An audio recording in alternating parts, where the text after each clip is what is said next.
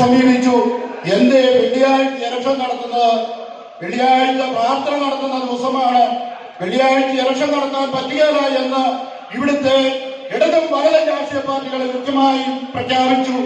എന്നാൽ നമുക്ക് പറയാം, ഞായറാഴ്ച ക്രിസ്ത്യൻ സഹോദരങ്ങൾ പള്ളിയിൽ പോകുന്ന ദിവസമാണ്, തിങ്കളാഴ്ച ശിവന്റെ ദിവസമാണ്, ചൊവ്വാഴ്ച സുബ്രഹ്മണ്യന്റെ ദിവസമാണ്, വ്യാഴാഴ്ച ശ്രീകൃഷ്ണന്റെ ദിവസമാണ്, വെള്ളിയാഴ്ച ദേവിയുടെ ദിവസമാണ്, ശനിയാഴ്ച അയ്യപ്പന്റെ ദിവസമാണ്.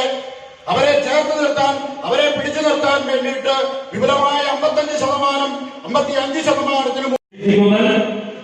കോട്ടയം ജില്ലയുടെ treasurer Shri doctor Sreejith Krishnan, advocate P J Thomas, ബിജെപിയുടെ സംസ്ഥാന സമിതി അംഗം. ഇത്രയും പേര് വേദിയുടെ മുൻനിരയിൽ ഇരിക്കണം എന്ന് വിനീതമായി ഓർമ്മിപ്പിക്കുന്നു.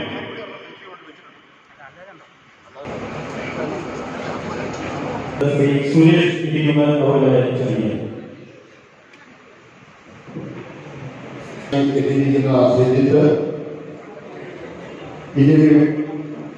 നമ്മുടെ ഏറെ ശ്രദ്ധേയമായി ഈ ഉദ്ഘാടനം രാജശേഖരൻ സാറ്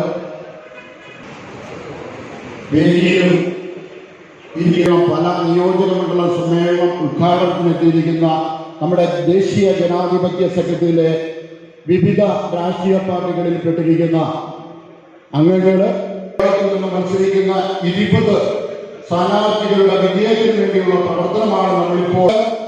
ഈ ഇലക്ഷൻ പ്രഖ്യാപിക്കുന്നതിന് മുമ്പ് നമ്മുടെ സ്ഥാനാർത്ഥിയുടെ ലിസ്റ്റ് വരാൻ ഇച്ചിരി താമസമുണ്ടായി.